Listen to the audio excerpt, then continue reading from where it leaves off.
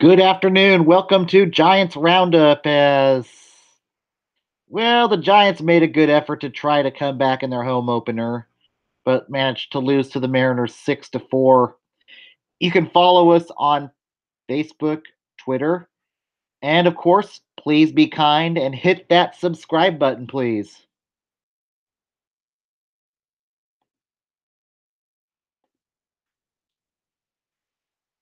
This was, this was a game where the loss was mostly squared on tie block. High block got the Giants in an early hole quickly, and the Giants just were unable to recover.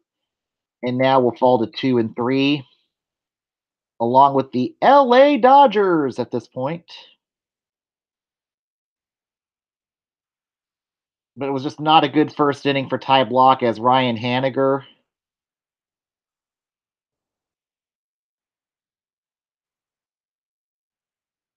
Excuse me, Mitch Haniger comes in and hits a singles to center to score D. Gordon and Gene Segura. And then Kyle Seager comes in and singles and scores Robinson Cano to make it 3-0. And then Ryan Healy singles to right to score Haniger and Seager. Haniger and Seager was tagged out at second. Then it was 4-0 after the first inning, which put Ty Block in the behind the 8 ball already.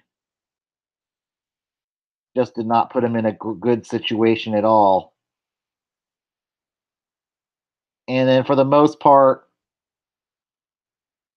Marco Gonzalez was dealing 3 earned runs in 6 1/3 innings. Then in the 5th inning, Robinson Cano doubled deep to left to score Gene Segura.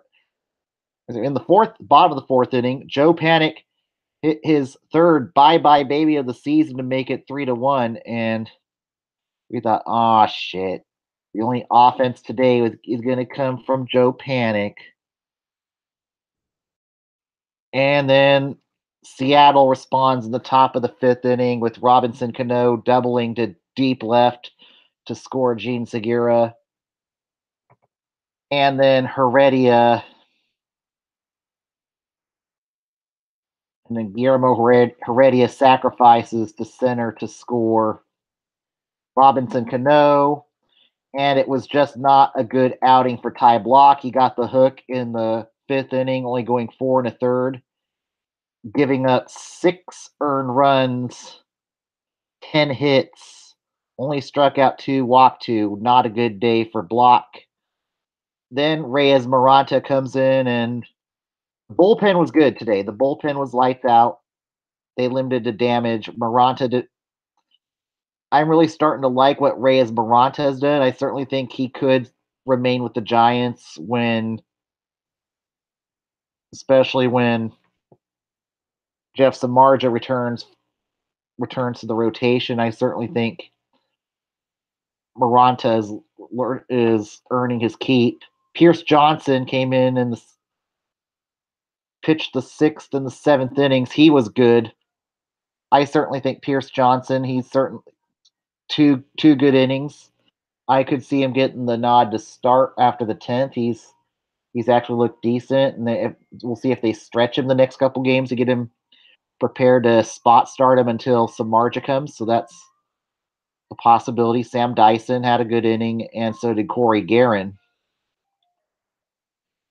Then the Giants tried to rally in the 7th and 8th innings. In the bottom of the 7th, Evan Longoria finally gets himself a batting average. As he hits one high. He hits it deep. It is out of here. Yes, Evan Longoria finally gets off the zero and gets a home run. And he no longer has a batting average of 0. It is now 0-53. And it was not a solo homer either. He also scored on the homer Buster Posey. And then in the bottom of the 8th, in more in woulda, shoulda, coulda heroics, Austin Jackson. Yes, we had an Austin Jackson sighting today too. He plated a sacrifice to plate Gregor Blanco, and then that ended up being your final score of 6-4. But the guys that got hits today have been batters who went AWOL during the road trip. Jackson, McCutcheon. Now McCutcheon's on the interstate at 100. Longoria finally gets a hit. Hundley 0 for 4. Crawford's below the Mendoza line now at 188. Not too much of a concern yet. And Posey continues to hit. Kelby gets a batting average as he went 1 for 2, coming in relief of Brandon Crawford. We'll see if we see Kelby tomorrow or not.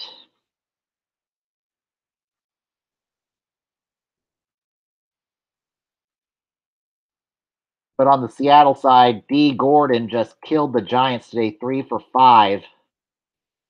Gene Segura, another guy who killed the Giants today, 3 for 4. And Kyle Seager, 2 for 4. Yeah, definitely they need a good outing out of. They definitely need Cueto to have a good outing tomorrow and spare the bullpen a skosh. They have definitely been burned to the bit. The pen's been worked a bit, and certainly block start did not help things. And now they fall to 2-3. And I wouldn't want to say must win. I really don't want to say must win this early in the season. But I do think this is a situation where it is close to a must win on this homestand. Last thing you want to do is get swept by Seattle and fall to 2-4. The only saving grace for the Giants right now is the Friars have not won a game yet, but you don't want to get too far behind the 8 ball, especially with the LA Dodgers coming to town this weekend. And there's a possibility that Friday's game, a really good possibility, that could become a rainout and maybe places a doubleheader. That's certainly a possibility. And then you got, after that, the D-backs. But the D-backs are a little dinged up too with Jake Lamb going on the disabled list today. That's not exactly good news for the D-backs, losing Jake Lamb, as now they're going to have to find someone else for power production for the next few weeks. And Jake Lamb's on the disabled list with a sprained left AC joint. And Matt Koch is going to be the recalled. So that injury is that injury really hurts the D-backs, especially if Lamb is out long term with that injury. So now the Giants maybe could take advantage of the D-backs' woes with Lamb hurt. But they still have a good pitching rotation. And granted, if worse comes to worse, they could move somebody like Patrick Corbin to acquire another bat.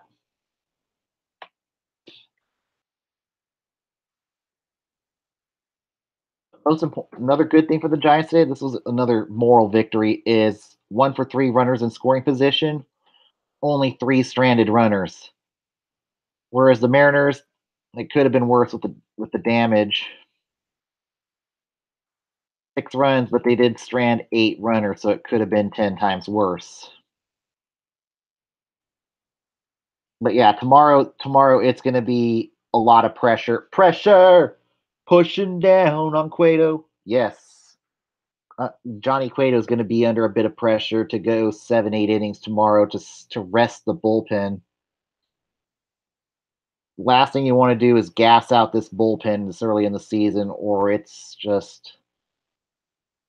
going to get ugly, especially with Bochy, especially in this 2-game series versus 2 hot seat managers.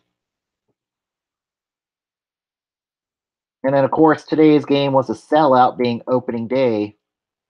That's the other thing that could get interesting if the Giants start falling behind the 8 ball, is how much is attendance going to suffer this year? And I think attendance will fall a skosh this season. I certainly don't see Giants fans shelling out money like they did. And then ticket prices went up this year in hopes of trying to draw fans to watch Longoria and whatnot. But if you don't put a winning product out there, they're not going to come. And I certainly think that attendance could suffer this year. You could see attendance more in the 35,000 range, 30 to 35,000 range if they do start falling further behind the 8 ball. But this is tomorrow's game is a critical game. They need to get the bullpen rested. They need to keep the Mariners off the bags tomorrow. Cueto needs to be the good Cueto needs to show up tomorrow. And just to at least get the Giants back to 500, and Cueto's going to need to be the stopper tomorrow.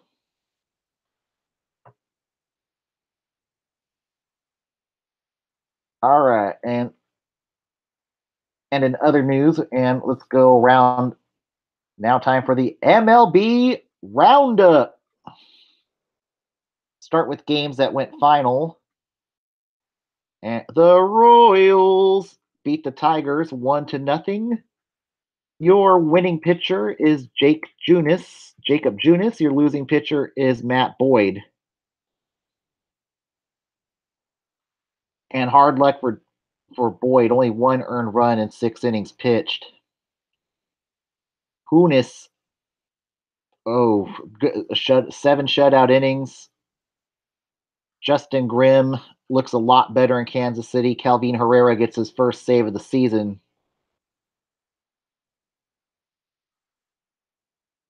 And in New York, after the snow out yesterday, where yesterday it looked more like the NHL Winter Classic in the Bronx as opposed to opening day in New York. Today, the Yankees beat the clobber the Rays 11-4. Your winning pitcher, Tommy Canley. Your losing pitcher, Austin Pruitt. And Didi Gregorius. What a game. 2 bombs. And he goes 4 for 4 today. And he is certainly swinging a hot bat today. Brett Gardner, 2 for 4. Here comes the judge. Here comes the judge. No bombs for the judge, but he did certainly go 2 for 3 today. And Stanton is now hitting a miserable 211 as of right now for the Bombers. Jordan Montgomery, decent outing, 1 earned run, 5 innings pitched. The only really blip was for them was Jonathan Holder. Chris Archer, Chris Archer has not had a good start to the season. 4 earned runs and 5 innings pitched, and currently holds an ERA of 6.55. Pruitt, 6 runs, 5 earned, and 2 1/3 innings pitched. Now carries a ERA of over 10 as of right now. Just can't get things done, but still early in the season. And also, the Yankees acquire Trace Thompson from the LA Dodgers.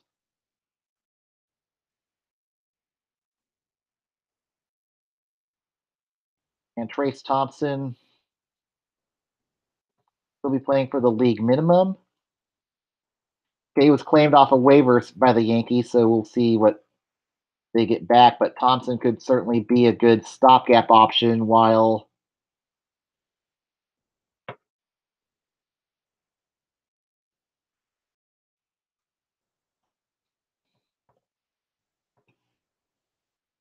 Jacoby Ellsbury suffers an injury. So Ellsbury is going to be on the 10-day disabled list for the Yankees.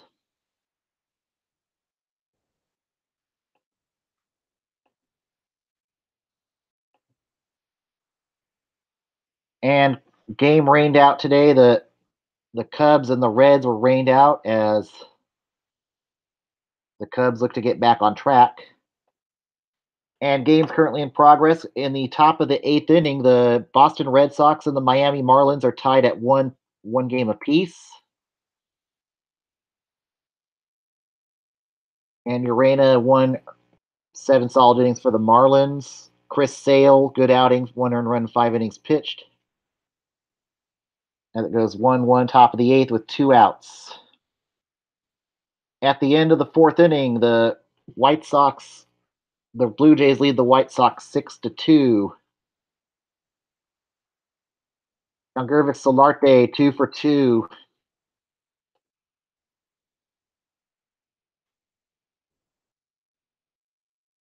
Aledmus Diaz, 2 for 2. Tim Anderson, 2 for 2 for the White Sox. In the bottom of the 5th, the Mets currently lead the Phillies. And no score between the two in the top. In the bottom of the 5th inning. Bottom of the 2nd, the Braves all over the Nationals 8-4. Ozzie Albies 2 for 2.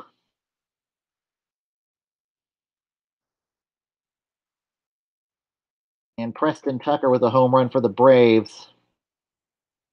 And AJ Cole just getting shelled. They might regret getting rid of Helix and Cole. Just 8 earned runs in 1 2/3 innings pitched. That is not good for the Nationals. Granted, it's only 1 start, but in the rotation, but that is a red alert.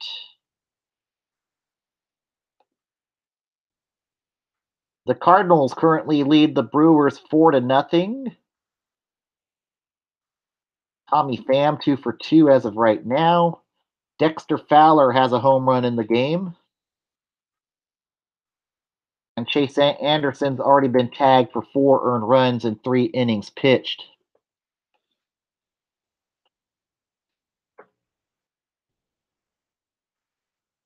And in Houston, the defending champion Astros up on the Orioles 2-1. And Verlander gives up his first earned run of the season. And Carlos Correa already with a home run in this game, so Houston already off to the gate, out of the gates. And later tonight, the LA Dodgers play the Arizona Diamondbacks at 6:40.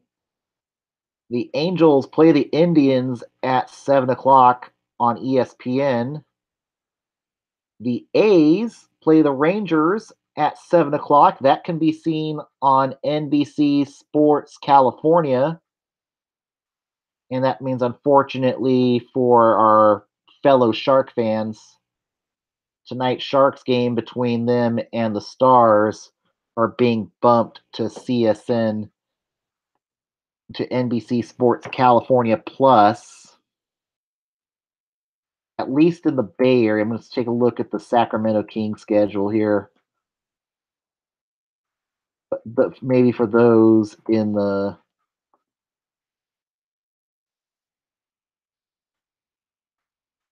oh yeah, this is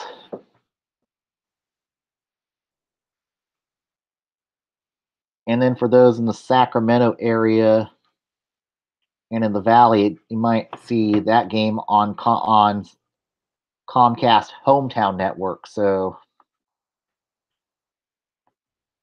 you might have a hard time watching the Sharks game or Sacramento Kings game on depending on where you live tonight. And later tonight, the San Diego Padres play the Colorado Rockies at 7:10 at Petco Park. All right, and now I'm going to go through. Now that we're in April, I'm starting to figure out which managers are on the hot seat this early in the season.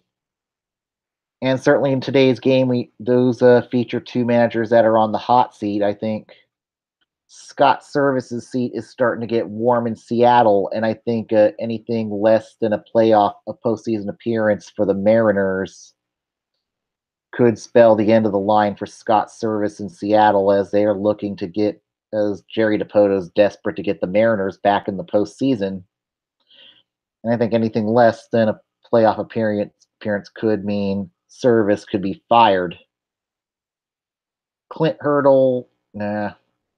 I think maybe Ned Yost's seat could be getting a little warmer. But also, I think it's clear that they're rebuilding in Kansas City, so not that warm over there. Now, maybe I think Brian Price is certainly a guy that's starting to feel the hot seat in Cincinnati. I don't think they need to get to the playoffs, but they need to show progress, especially with them adding John Farrell to the coaching staff. Now Price has extra eyes on him, and that's never a good thing when a coach or a manager gets extra eyes put on him. That usually spells the exit if things don't turn around in Cincinnati. And I think another last place finish for Brian Price could spell the end of his career in Cincinnati. I cert and this is another manager who I think could get scapegoated. Could be Don Mattingly. I mean, I don't know what direction Derek Jeter is putting the Marlins, but I certainly think that I wouldn't be surprised if Jeter makes Mattingly the scapegoat after the season, and we see Mattingly out of Miami. It's not going to be easy, but it's a tank campaign. They're rebuilding, but I just don't know. Maybe Jeter wants to bring his friend Joe Girardi to Miami next year, but I certainly think Mattingly's in a no win situation in Miami this year. He could be gone. Another one who's on the hot seat this year, I think, is John Gibbons in Toronto. They're off to a good start. That's a good sign for the Blue Jays. But anything maybe less than being, if they can stay maybe a winning record, he survives. But if they flame out or if they have another subpar season, I certainly think John Gibbons is gone. And then our own Giants manager, Bruce Bochy. I certainly think he's on the hot seat this season as they've reshuffled the furniture. Kurt Young replaces Dave Righetti, and then Wotus is replaced by Bam Bam as the bench coach, and Wotus is the third base coach now. I certainly think that at 2-3, it's not too bad yet. But if at the end of the month they're starting to really look like they're falling out of it, I am really starting to see a situation for Bochy where they're going to part ways with him. I don't think he'll be fired, but I don't think he does not want to enter 2019 as a lame duck. That's certainly one thing I don't think he's going to wants to enter next season a lame duck. And I think he'll save face and part ways with the Giants after this year if they miss the postseason or scraping near the bottom again. And I could even see a situation where if say they're really out of it by June, you're going to see some really interesting situations out of the front office. As this ownership group honestly has never seen a long stretch of infertility. This is very rare for this ownership group, and they're not used to this type of losing. This is, and if things don't turn around by a certain time, I certainly think you start talking about culture change. And it may not be the only Bochy may not be the only one going out the door in San Francisco. I think Evans could be gone. I think the whole coaching staff could be replaced. A roster teardown. I really think we could see a clean break. It could be a repeat of what the San Francisco 49ers went through a couple years ago when they got rid of Chip Kelly. I certainly see that type of situation. And Giants fans have gotten spoiled to winning. They're not so used to a losing culture. This is very similar to what Niner fans experienced back in the early 2000s when Dennis Erickson took over the team. This is certainly where the Giants are. This is where the 49ers were, and fans got so spoiled of winning that they did not want to embrace tanking and losing and rebuilding. And this is where the Giants are. I just don't see Bochy wanting to hang around for a rebuild campaign. But they still got April, and certainly we'll see where they are at the end of April. But if they do really start falling out of the race by April or May, it's going to be a lot more focus on Duggar, more focus on Williamson, and maybe look to try to cash in on Hunter Strickland, cash in on Joe Panic. And I certainly think if Panic keeps hitting dingers like he has, he's certainly going to have. He certainly could become a valuable trade chip if Giants do start falling off by the end of the year, by June or so. So there's still plenty of time, but they can't get themselves too deep of a hole. This is especially with Samardzija and Bumgarner hurt. This pitching rotation really, this is just not built to recover a hole, and they can't keep working the bullpen like this. This is at some point the bullpen's going to break, and it could get really ugly and nuclear if they don't get some healthy bodies soon. But yeah, I think this is likely could be the end. I think more likely than not, this is Bochy's last year as the Giants manager. And my number 2 hot seat candidate, Buck Showalter. Showalter is another old school manager who I think who's going to end up getting replaced by analytics. And that's another situation where I think the GM could be gone too. I certainly think Dan Duquette, his seat is really hot over there in Baltimore, and they definitely need a good season to avoid. And then, well, I think Dan Duquette's job could hinge on possibly Manny Machado returning. I think if Machado doesn't come back, I think Duquette's gone and Showalter just retires. I don't think he'll save face and not get fired over there in Baltimore. But I think it's certainly a situation over there in Baltimore where if they have another year like last year, I certainly think the Orioles are going to just. I think Peter Angelos could decide to clean house there too, and or maybe by July you could see Manny Machado get traded, possibly. Possibly you might see somebody like. Oh god, now I'm drawing a blank. Could see Zach Britton get traded. That's certainly a possibility. Brad Brock. Those are definitely 2 good bullpen pieces that could bring back a good return for an Orioles farm system that definitely needs prospects. So I certainly think that Angelos, if they head for another rebuild campaign, it's definitely adios for both Duquette and Buck Showalter as they look to maybe get more into bringing analytics guys. We'll see what Peter Angelos does, but I certainly think the writing's on the wall for both Duquette and Showalter in Baltimore.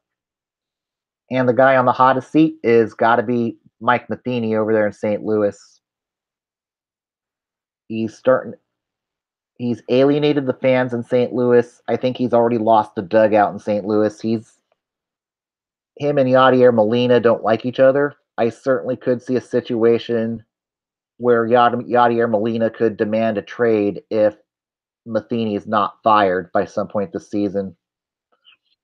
And they got rid of the GM last year. They rearranged some of the furniture. And I think Matheny was actually lucky not to be fired last year. I think Matheny needs a change of scenery. He's lost the dugout in St. Louis. And if they're not competing for a playoff spot by June, I certainly think it would be time to jettison and get rid of and fire Matheny midseason. I would not even wait around to the end of the year to fire Matheny if they're starting to fall out of it. I think he's already when you've lost it's hard when you lose the dugout, and I think he's already lost the dugout. And at some point, and Matheny makes questionable managing decisions. And I think he deserves somewhere else a chance, maybe in a rebuild somewhere. But I think Matheny's ran his course in St. Louis, and this will be the first time in over 20 years that St. Louis has fired a manager. St. Louis is kind of like San Francisco in the sense that they don't like firing people until the writing's on the wall. and the ownership group with the Giants. This is the first time the Giants could be staring at a managing vacancy in over 11 years. But yeah, and then with St. Louis though, they haven't fired a manager since 94, 95. That was when La Russa came in. But I certainly think they could bring La Russa into the. I think maybe an idea might be for St. Louis to bring Tony La Russa into the front office. That would maybe be a way to have maybe Tony La Russa help the next managing hire if it goes like that. Whereas the Giants, I think the next managing hire is certainly going to be someone who's got analytics. It's not going to be. I really am starting to think it's going to be nobody on this current coaching staff. I certainly think you're going to see a lot of outside hires for the Giants that are into analytics and sabermetrics if the season goes south. As this is what baseball's become, and unfortunately, that's what's happening to Showalter. I think it's not necessarily his fault, but I just certainly think it's becoming a younger man's game as in terms of a manager. And with the focus of analytics, I certainly think the next managing hires are going to be analytical people. I think the retreads are going to be a lot less retread managers being hired the next couple of years. But then we'll update that in May. And a congratulations to the San Jose Sharks for clinching a playoff spot. Now, I think tonight the Sharks can clinch the 2 seed in the West. I think with the win, I'm going to check the standings right now. Yeah, we do like to give love to all of our Bay Area teams and Northern California teams.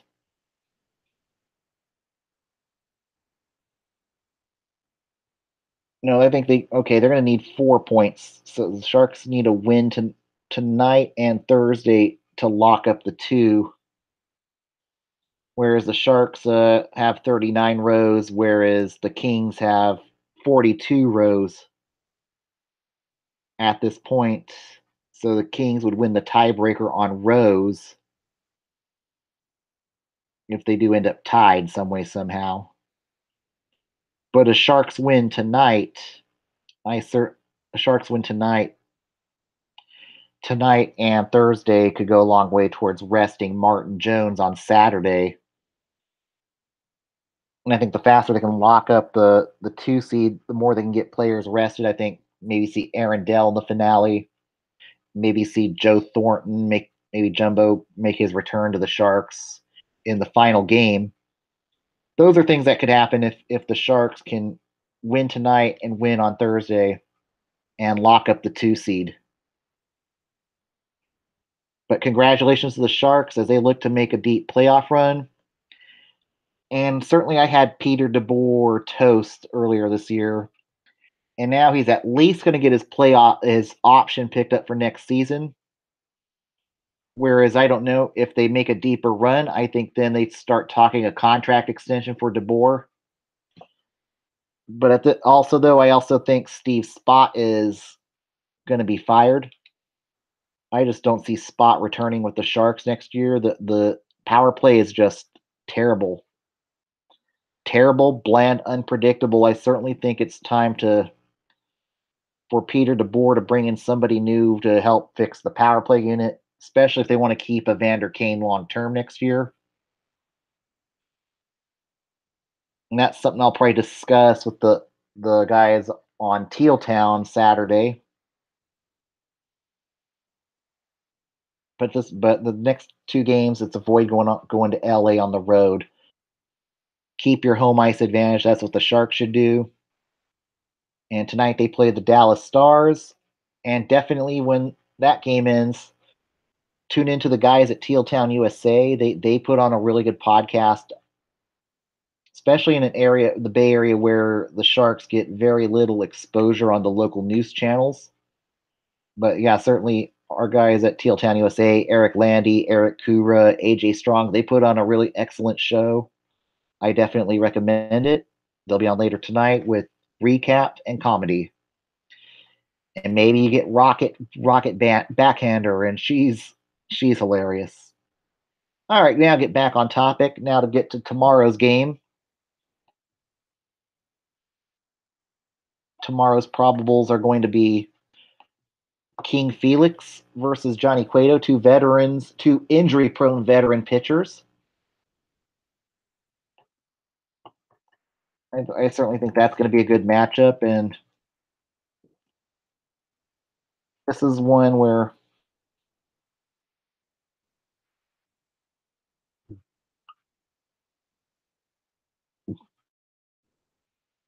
oh wow, it looks like Carlos Correa actually hit a inside the park home run for the Astros tonight. Don't see those too often.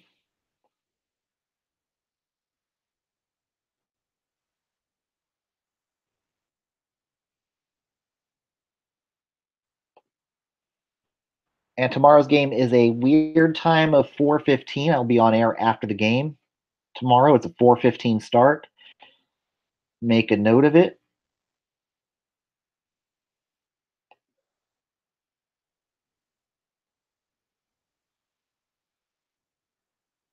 But certainly Cano has had some success against Cueto, so Hunley, I think this would have been a better game for Nick Hunley to catch. Maybe he does catch. But maybe we see Panda, Panda, Panda, Panda, Panda, Panda, Panda, Panda, Panda, Panda. Maybe we see Panda start at third over Longoria tomorrow, since Panda, Panda, Panda, Panda has some success on King Felix. So that's certainly something to watch tomorrow. But it's nice now to see Longoria having a batting average. And for those three acquisitions, keep up the good work, carry it over into tomorrow, and hopefully carry on that good confidence and build on it. Thanks for tuning in today. You guys have a wonderful afternoon and wonderful evening. Go Sharks tonight. And I'm going to say something that Eric Kura always says on Teal Town USA, since the Sharks are playing later tonight. Keep it real, keep it teal, keep it real teal. Good afternoon, everybody.